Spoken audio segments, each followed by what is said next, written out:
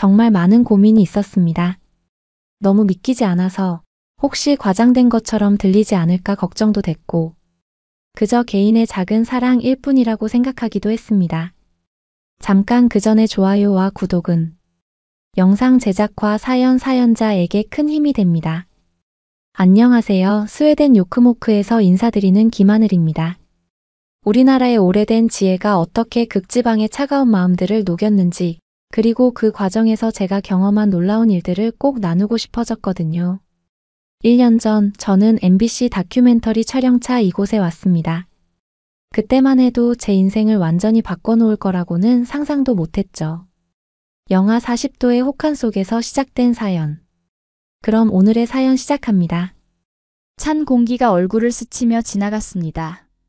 스웨덴 북부 라플란드의 작은 마을 요크모크로 향하는 기차 안. 저는 창밖으로 끝없이 펼쳐진 설원을 바라보며 깊은 숨을 들이마셨습니다. 유리창에 맺힌 서리 위로 손가락을 가져가 요크모크라고 적어보았습니다. 낯선 스웨덴어 지명을 쓰는 것만으로도 가슴 한켠이 설렘으로 채워졌습니다. 서울에서 다큐멘터리 사진작가로 일하던 제가 이곳까지 오게 된 건 운명 같은 일이었습니다. MBC 다큐멘터리 채널의 극지방의 사계절 프로젝트는 제 인생을 바꿀 전환점이 되었습니다. 김하늘 작가님의 시선으로 담아낸 자연의 모습이 인상적이었습니다. 동양적 감성과 현대적 기술의 조화가 이번 프로젝트에 꼭 필요합니다. 처음 연락을 받았을 때의 떨리는 마음이 아직도 생생합니다. 28이라는 나이가 무색하게 저는 꿈에 그리던 극지방으로의 여행을 시작하게 되었습니다. 기차는 천천히 속도를 늦추며 요크모크역에 멈춰 섰습니다. 플랫폼에 발을 내딛는 순간 영하 35도의 차가운 공기가 온몸을 감쌌습니다. 숨을 쉴 때마다 코끝이 시려왔고 서울에서 준비해온 방한복이 이 혹한을 견딜 수 있을지 걱정이 되었습니다. 하지만 이런 극한의 추위 속에서도 제 마음만은 따뜻했습니다. 역사 밖으로 나오자 눈부신 설국이 펼쳐졌습니다. 서울의 겨울과는 전혀 다른 풍경이었습니다. 하얀 눈이 쌓인 도로 위로 자동차 몇 대가 조심스레 지나갔고 멀리 보이는 침엽수들은 하얀 눈을 머리에 이고 있었습니다. 작은 마을이었지만 그 고요함 속에 담긴 아름다움은 말로 표현할 수 없을 만큼 특별했습니다. 숙소로 향하는 길, 저는 쉬지 않고 셔터를 눌렀습니다. 하얀 눈 위에 남겨진 발자국들, 처마 끝에 매달린 긴 고드름들, 하얀 연기를 내뿜는 붉은 벽돌 굴뚝들. 모든 것이 제 카메라 속에서 새로운 이야기로 태어났습니다. 특히 마을 곳곳에 자리 잡은 전통 가옥들은 동화책에서 본 듯한 아름다움을 간직하고 있었습니다. 숙소에 도착해 짐을 정리하면서도 자연스레 시선은 창밖으로 향했습니다. 해가 서서히 지고 있었지만 시계는 겨우 오후 2시를 가리키고 있었습니다. 북극권의 겨울, 짧은 낮과 긴 밤이라는 말을 실감하는 순간이었습니다. 이런 독특한 자연 현상을 카메라에 담을 생각을 하니 가슴이 부풀었습니다.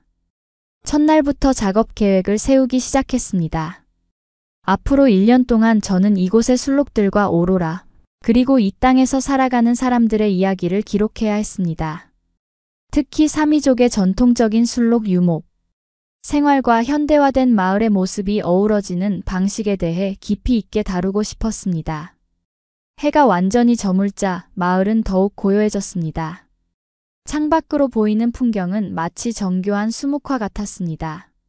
하얀 눈과 검은 하늘이 만드는 선명한 대비, 그 사이로 은은하게 비치는 마을의 불빛들. 카메라 렌즈를 통해 보았던 것과는 또 다른 감동이 가슴 깊이 전해졌습니다. 침대에 누워 천장을 바라보며 다가올 1년을 그려보았습니다. 영하 40도까지 내려가는 극한의 추위와 낯선 문화, 언어의 장벽. 분명 쉽지 않은 도전이 될 것입니다. 하지만 이 모든 것이 제 인생에서 가장 빛나는 순간들이 될 것이라는 확신이 들었습니다. 창 너머로 보이는 하늘이 조금씩 물들기 시작했습니다. 희미한 초록빛으로 시작된 빛이 점점 선명해지더니 순식간에 오로라가 장관을 이루었습니다. 감탄이 절로 나왔고 서둘러 카메라를 들었지만 이내 내려놓았습니다. 첫날부터 마주한 이 경이로운 순간은 분명 좋은 징조일 것입니다. 이 특별한 순간을 카메라가 아닌 제 눈과 마음에 담아두고 싶었습니다. 베개에 기대어 생각에 잠겼습니다. 내일부터는 본격적으로 술록 농장들을 방문하고 현지 주민들과의 만남도 시작됩니다. 언어의 장벽이 걱정되지만 제 카메라가 그들의 마음을 열어줄 것이라 믿습니다. 때로는 사진이 말보다 더 깊은 교감을 이끌어내니까요. 창밖에서는 여전히 오로라가 은은한 빛을 내며 춤추고 있었고 저는 그 신비로운 빛 아래서 새로운 시작에 대한 설렘을 아는 채 깊은 잠에 빠져들었습니다. 아침 햇살에 눈을 떴을 때도 창밖은 여전히 어두웠습니다. 시계는 이미 아침 8시를 가리키고 있었지만 해는 아직 떠오르지 않았죠. 어젯밤 오로라의 흔적은 온데간데 없고 대신 새하얀 설원이 푸른빛 새벽하늘 아래 고요히 누워 있었습니다. 첫 촬영지인 술록 농장으로 향하는 길, 발걸음 소리만이 새하얀 눈길을 가로질렀습니다. 숙소 주인이 알려준 길을 따라 15분 정도 걸었을까요? 멀리서 술록 울음소리가 들려왔습니다. 카메라 가방을 꼭 붙잡은 채 저는 그 소리를 따라 걸음을 재촉했습니다. 농장 입구에 들어서자마자 한 남자가 술록들에게 먹이를 주는 모습이 보였습니다. 그 순간 셔터를 누르려던 제 손이 멈칫했습니다. 새벽 하늘을 배경으로 서 있는 그의 모습이 마치 한 폭의 그림 같았기 때문입니다. 키가 크고 단단해 보이는 체격, 붉은 빛이 도는 금발 머리카락이 아침 바람에 살짝 흔들리고 있었습니다. 안녕하세요. MBC 다큐멘터리 팀의 김하늘입니다. 제 인사에 남자는 천천히 고개를 돌렸습니다. 따스해 보이는 미소와 함께 그가 자신을 소개했습니다. 에릭 안데르손입니다. 당신을 기다리고 있었습니다. 에릭의 목소리는 낮고 부드러웠습니다. 서투른 영어였지만 말투에서 친근함이 느껴졌습니다. 방송국에서 미리 연락을 했다는 것을 알았지만 이렇게 이른 아침부터 기다리고 있을 줄은 몰랐습니다. 이렇게 일찍 와주셔서 다행입니다. 해가 뜨기 전에 술록들이 가장 아름답거든요. 특히 아침 먹이를 먹을 때의 모습은 놓치기 아까운 장면이죠. 에릭은 자연스럽게 저를 안내하며 농장 이곳저곳을 설명해 주었습니다. 3대째 이어온 이 농장의 역사, 술록들의 생활 습성, 계절별로 달라지는 관리 방법까지. 에릭의 설명에는 자부심과 애정이 가득했습니다. 지금 보이는 저 술록은 올해 태어난 아기예요. 봄에 태어나 이제 첫 겨울을 맞이하고 있죠. 카메라 렌즈를 통해 바라본 어린 술록의 모습은 믿기 힘들 만큼 사랑스러웠습니다. 동글동글한 눈으로 호기심 가득한 시선을 보내는 모습을 연신 셔터에 담았습니다. 혹시 차 한잔 하시겠습니까? 이곳의 전통 음료인 링곤 베리차를 준비했습니다. 에릭은 보온병에서 붉은 빛이 도는 차를 따라주었습니다. 차가운 공기 속에서 피어오르는 따뜻한 김과 함께 달콤하면서도 상큼한 향이 코끝을 스쳤습니다. 한 모금 마시자 차의 따뜻함이 온몸으로 퍼져나갔습니다. 날씨가 많이 춥죠? 서울에서 오신 분에게는 이곳의 겨울이 쉽지 않을 텐데. 에릭의 걱정 어린 말에 고개를 저었지만 솔직히 영하 35도의 추위는 상상 이상으로 혹독했습니다. 두꺼운 방한복을 입고 있었지만 여전히 발끝과 손끝이 얼어붙는 듯 했습니다. 잠시만 기다려주세요. 에릭은 잠시 창고로 들어갔다가 무언가를 들고 나왔습니다. 술록 가죽으로 만든 특별한 방한복이었습니다. 이건 제가 직접 디자인하고 만든 겁니다. 우리 농장의 술록 가죽으로 만든 특별한 방한복이에요. 받아주시겠습니까? 순간 당황스러웠지만 에릭의 진심 어린 배려가 느껴져 감사히 받았습니다. 방한복을 입자 놀라울 정도로 따뜻했습니다. 가볍고 부드러운 촉감은 물론 추위를 완벽하게 막아주었습니다. 그날의 촬영은 예상보다 훨씬 순조롭게 진행되었습니다. 에릭은 전문 가이드처럼 완벽한 촬영 포인트를 제안해 주었고 덕분에 기대 이상의 장면들을 담을 수 있었습니다. 술록들의 일상적인 모습부터 시작해 먹이를 먹는 장면, 때를 지어 이동하는 모습까지. 모든 순간이 특별했습니다. 해가 저물어갈 무렵 에릭은 깜짝 놀랄 만한 제안을 했습니다. 내일은 술록들과 함께 설산 트레킹을 가보는 건 어떠세요? 겨울 북극권의 진정한 모습을 보여드리고 싶습니다. 그의 제안에 망설임 없이 고개를 끄덕였습니다. 숙소로 돌아가는 길 문득 뒤를 돌아보았습니다. 에릭은 여전히 농장 입구에 서서 제가 사라질 때까지 배웅하고 있었습니다. 그의 모습이 시야에서 사라질 때까지 왠지 모를 설렘이 가슴 한켠을 간지렸습니다. 시간은 눈 녹듯이 흘러 어느덧 2월이 되었습니다. 요크모크의 2월은 특별했습니다. 수백 년 전통을 자랑하는 겨울시장이 열리는 달이기 때문입니다. 아침부터 거리는 축제의 열기로 가득했습니다. 평소의 고요함은 온데간데 없이 사라지고 대신 따뜻한 웃음소리와 활기찬 발걸음 소리가 마을을 채웠습니다. 하늘씨 준비되셨나요? 에릭이 숙소 앞에 마중 나와 있었습니다. 지난 한 달 동안 에릭과 함께한 설산 트레킹과 촬영은 제 인생에서 가장 특별한 시간이었습니다. 에릭은 완벽한 가이드였고 덕분에 놀라운 장면들을 많이 담을 수 있었습니다. 하지만 그것보다 더 특별했던 건 에릭이 보여준 따뜻한 마음이었습니다. 네, 기다리게 해서 죄송합니다. 현관문을 열자마자 에릭의 환한 미소가 저를 맞이했습니다. 오늘따라 더욱 기분 좋아 보이는 표정이었습니다. 오늘은 제가 특별한 가이드가 되어드리겠습니다. 우리 마을의 가장 아름다운 전통을 보여드리고 싶어요. 시장으로 향하는 길, 에릭은 마치 오래된 친구처럼 자연스럽게 제 손을 잡았습니다. 두꺼운 장갑 너머로도 전해지는 온기에 가슴이 살짝 떨렸습니다.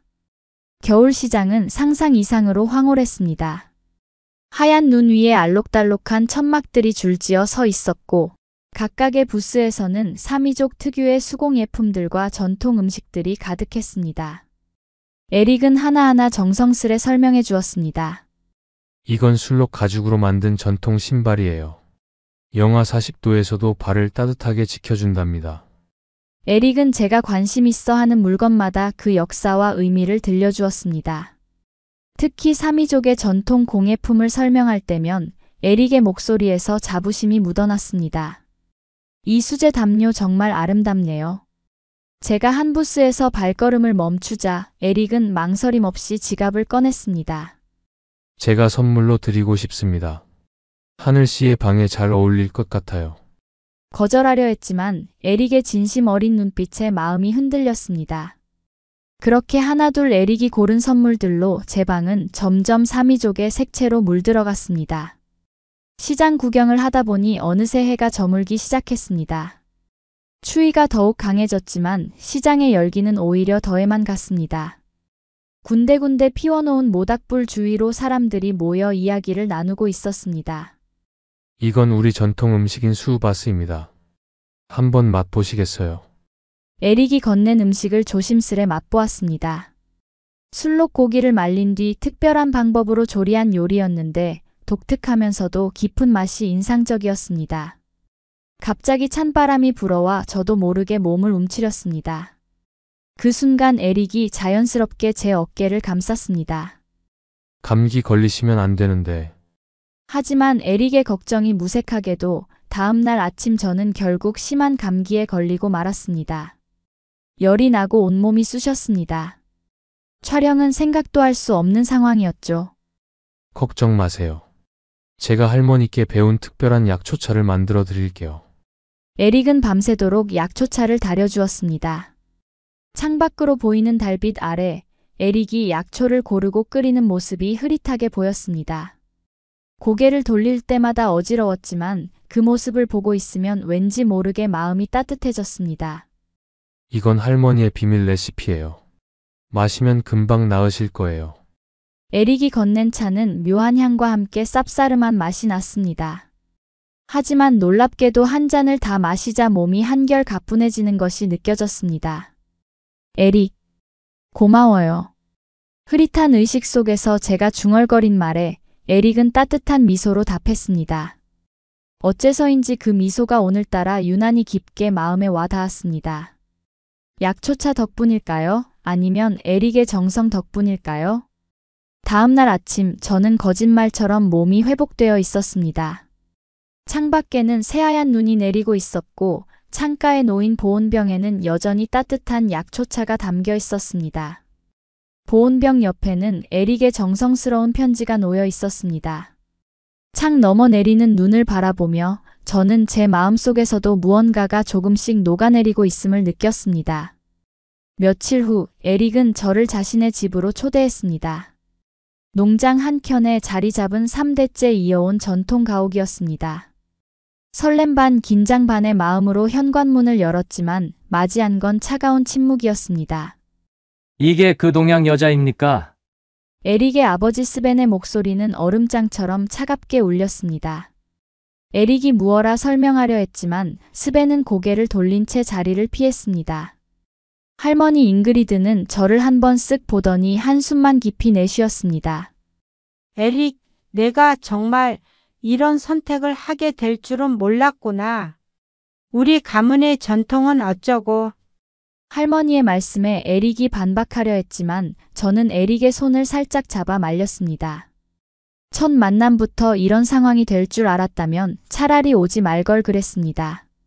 우리의 전통을 이해하지도 못하는 이방인이 어떻게 이 농장의 미래를 함께할 수 있단 말입니까?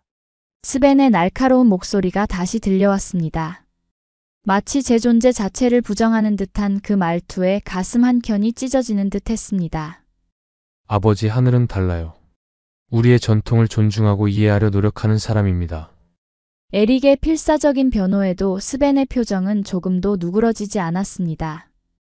라플란드의 겨울을 견딜 수나 있을까? 서울 같은 대도시에서 온 사람이.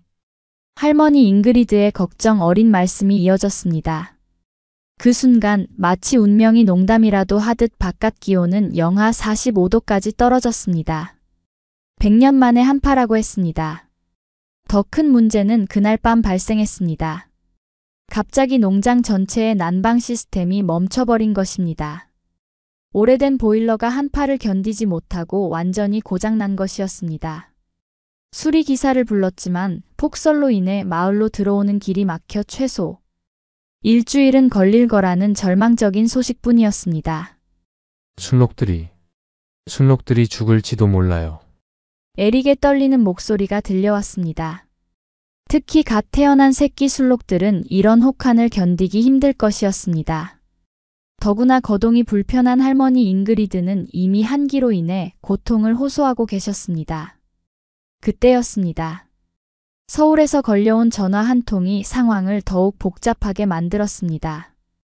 하늘아, 이번 주 비행기 표를 예매했어. 당장 서울로 돌아오렴. 어머니의 다급한 목소리였습니다. 현지 뉴스를 통해 요크모크의 한파 소식을 접하셨다고 합니다. 이런 위험한 곳에 우리 딸을 둘 수는 없어. 아버지도 많이 걱정하시잖니. 어머니의 말씀은 충분히 이해할 수 있었습니다. 하지만 제 마음은 이미 이곳에 깊이 뿌리내리고 있었습니다. 에릭의 가족들이 저를 인정하지 않는다는 사실이 가슴 아팠지만 그래도 도망치고 싶지는 않았습니다. 창밖으로는 여전히 눈보라가 휘몰아치고 있었습니다. 술록 우리에서는 불안한 울음소리가 들려왔고 할머니의 기침 소리도 점점 깊어져 갔습니다. 농장의 온도계는 계속해서 내려가고 있었고 모든 것이 얼어붙을 것만 같았습니다. 하지만 저는 오히려 마음속에서 따뜻한 불꽃이 피어오르는 것을 느꼈습니다. 그래, 이것이 기회일지도 모릅니다. 제가 이 가족의 일원이 될 수 있는, 그리고 이 농장에 제 존재 가치를 증명할 수 있는 기회. 휴대폰을 들어 서울의 지인에게 연락했습니다.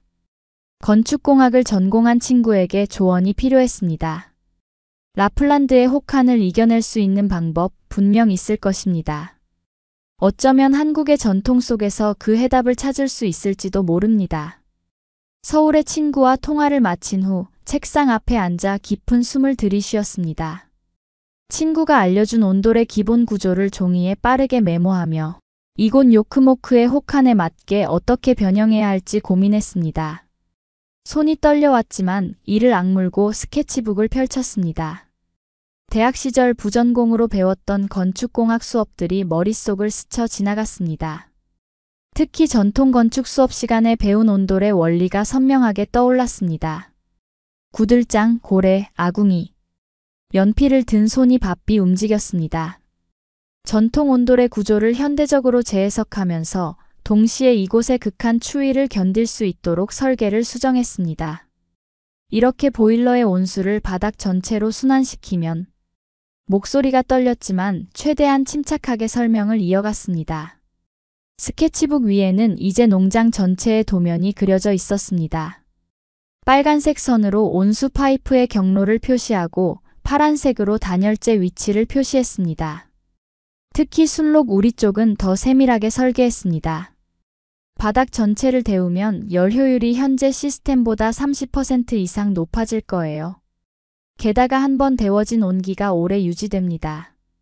특히 순록 우리는 온도 조절이 가능하도록 설계했습니다. 제 설명을 듣던 에릭의 눈이 반짝였습니다. 도면을 살피던 에릭이 고개를 끄덕이며 말했습니다.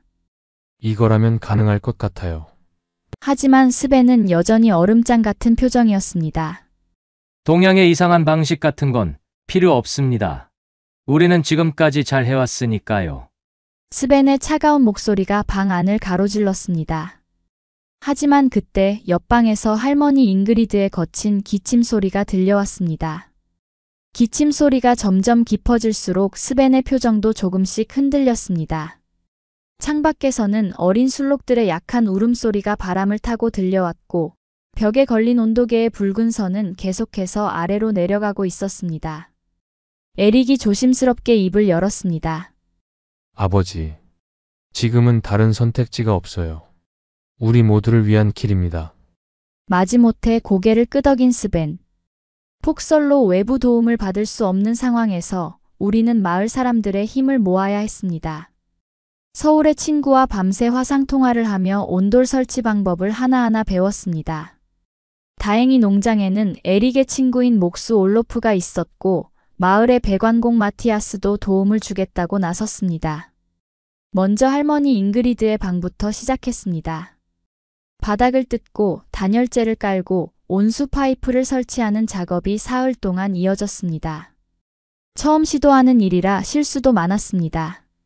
파이프 연결이 잘못되어 물이 새기도 했고 단열재 두께를 잘못 계산해 다시 작업하기도 했습니다. 마침내 할머니 방의 온돌이 완성되었습니다. 처음 온기가 돌기 시작했을 때는 모두가 긴장된 마음으로 지켜보았습니다. 할머니는 여전히 의심스러운 눈길이었지만 하룻밤이 지나고 이틀이 지나면서 조금씩 변화가 나타났습니다. 아침에 일어날 때 관절이 덜 아프네요. 조심스럽게 할머니가 말씀하셨습니다. 평소 같으면 한참을 끙끙대시던 아침 시간에 할머니는 비교적 수월하게 움직이실 수 있었습니다. 일주일이 지날 무렵 할머니의 눈가가 촉촉해졌습니다. 이런 날이 올 줄은 몰랐어요. 겨울이면 늘 고통스러웠는데 다른 방들은 여전히 춥기만 했습니다. 자연스레 가족들은 따뜻한 할머니의 방으로 모여들기 시작했습니다.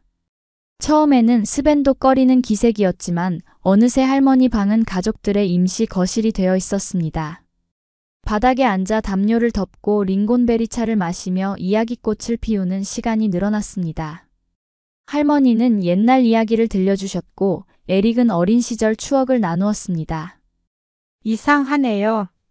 방이 따뜻해지니 마음도 따뜻해지는 것 같아요. 할머니의 말씀에 모두가 빙그레 웃었습니다. 한국의 방식이 이상하다고 하시던 스벤의 얼굴에도 어느새 부드러운 미소가 깃들어 있었습니다. 날씨가 조금씩 나아지면서 도로도 열렸습니다. 서울의 친구가 추천한 온돌 전문가 두 분이 요크모크에 도착했습니다. 현지 기술자들과 온돌 전문가들이 만나자 새로운 아이디어들이 쏟아져 나왔습니다. 북유럽의 단열 기술과 한국 온돌의 장점을 결합하는 과정은 마치 신나는 실험 같았습니다. 본체의 나머지 공간과 순록 우리 공사는 더욱 체계적으로 진행되었습니다.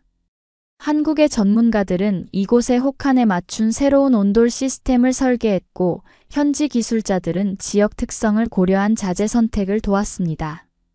서로 다른 문화의 기술이 만나 새로운 가능성을 만들어내는 순간이었습니다. 방 하나하나의 구조와 사용 패턴을 고려하여 설계를 달리했고 한 공간이 완성될 때마다 꼼꼼히 점검했습니다. 실수도 있었습니다. 한 번은 파이프 연결이 잘못되어 물이 새는 바람에 하루 종일 수리하기도 했죠. 술록 우리는 특히 더 많은 시간이 필요했습니다. 동물들의 건강이 걸린 문제라 더욱 신중할 수밖에 없었습니다. 마을의 수의사 한스의 조언을 받아가며 한 달에 걸쳐 공사를 진행했습니다. 바닥 온도를 미세하게 조절할 수 있는 시스템을 설치하는 데만 일주일이 걸렸습니다. 변화는 서서히 찾아왔습니다. 2달이 지날 무렵 스벤이 난방비 청구서를 들고 왔습니다. 이게 맞나 확인해 봐야겠어요. 너무 금액이 적은 것 같아서. 처음에는 고장인 줄 알았다던 스벤의 표정이 점차 달라지기 시작했습니다. 게다가 술록 우리에서는 기대하지 않았던 좋은 소식이 들려왔습니다. 예년에 비해 어린 술록들의 건강 상태가 훨씬 좋아졌다는 것입니다. 봄이 오기 전 어느 저녁이었습니다. 할머니 잉그리드가 저를 부르셨습니다. 처음과는 달리 할머니의 눈빛은 한결 부드러워져 있었습니다. 우리 영리한 손녀. 머뭇거리며 내뱉으신 손녀라는 한마디에 눈시울이 붉어졌습니다. 그동안의 노력을 알아봐 주시는 것 같아 가슴이 벅찼습니다. 스벤의 변화는 더욱 천천히 찾아왔습니다. 처음에는 그저 고개를 끄덕이는 정도였다가 어느 날부터인가 아침 인사를 건네기 시작했습니다. 그러다 농장 운영에 대해 이런저런 이야기를 나누게 되었고 때로는 제 의견을 구하기도 했습니다. 그리고 에릭의 노력은 또 다른 감동이었습니다. 어느 날 우연히 에릭의 방을 지나다가 낯선 소리를 들었습니다. 문을 살짝 열어보니 컴퓨터 화면에는 한국어 강의가 켜져 있었고 에릭은 진지한 표정으로 발음을 따라하고 있었습니다. 제 기척을 느낀 에릭이 고개를 돌렸습니다. 쑥스러운 듯 웃더니 조심스레 입을 열었습니다. 사랑해요. 발음이 맞나요? 서툰 발음이었지만 그 진심이 가슴 깊이 와닿았습니다. 게다가 에릭은 농장 한켠에 작은 온실을 지어 한국 채소들을 심기 시작했습니다. 배추, 무, 고추. 저의 일상이 조금씩 한국의 색채로 물들어갔습니다. 가장 감동적인 순간은 할머니 잉그리드가 직접 쓰신 편지였습니다. 서울에 계신 부모님께 보내는 편지였는데 한 글자 한 글자 정성스럽게 써내려간 영어로 이렇게 적혀 있었습니다. 하늘이를 키워주셔서 감사합니다. 우리 농장을 구해준 하늘이는 이제 우리 가족의 자랑입니다. 이 편지는 부모님의 마음도 움직였나 봅니다. 얼마 후 부모님께서 보내신 답장에는 제 선택을 인정한다는 따뜻한 말씀이 담겨 있었으니까요. 창 밖으로는 여전히 혹한이 계속되고 있었지만 이제 농장의 모든 곳에는 따뜻한 온기가 가득합니다. 그리고 그 온기는 단순히 온돌에서 나오는 열기만은 아니었습니다. 서로를 이해하고 받아들이는 과정에서 피어난 마음의 온기였습니다. 그렇게 서로의 마음이 완전히 하나가 되었을 때 에릭이 조심스럽게 청혼했습니다. 우리 이제 정식으로 가족이 되면 어떨까요? 이 농장을 함께 새롭게 만들어가고 싶어요. 봄이 오고 저희는 조용히 결혼식을 올렸습니다. 마을 교회에서 진행된 작은 예식이었지만 온 마을 사람들이 축하해주러 왔습니다. 특히 스벤이 제게 건넨 말은 아직도 잊을 수 없습니다. 우리 며느리가 온 뒤로 농장이 더 따뜻해졌구나. 결혼 후 저희는 농장을 새롭게 변화시키기로 했습니다. 단순한 술록 농장이 아닌 사미족의 전통과 한국의 문화가 어우러진 특별한 공간을 만들고 싶었습니다. 온돌 시스템이 설치된 전통 사미족 숙박시설을 지었고 이는 순식간에 요크모크의 명소가 되었습니다. 영하 40도의 혹한에서도 따뜻하게 잘 수 있다니 정말 놀랍네요. 유럽 각지에서 온 관광객들의 감탄이 이어졌습니다.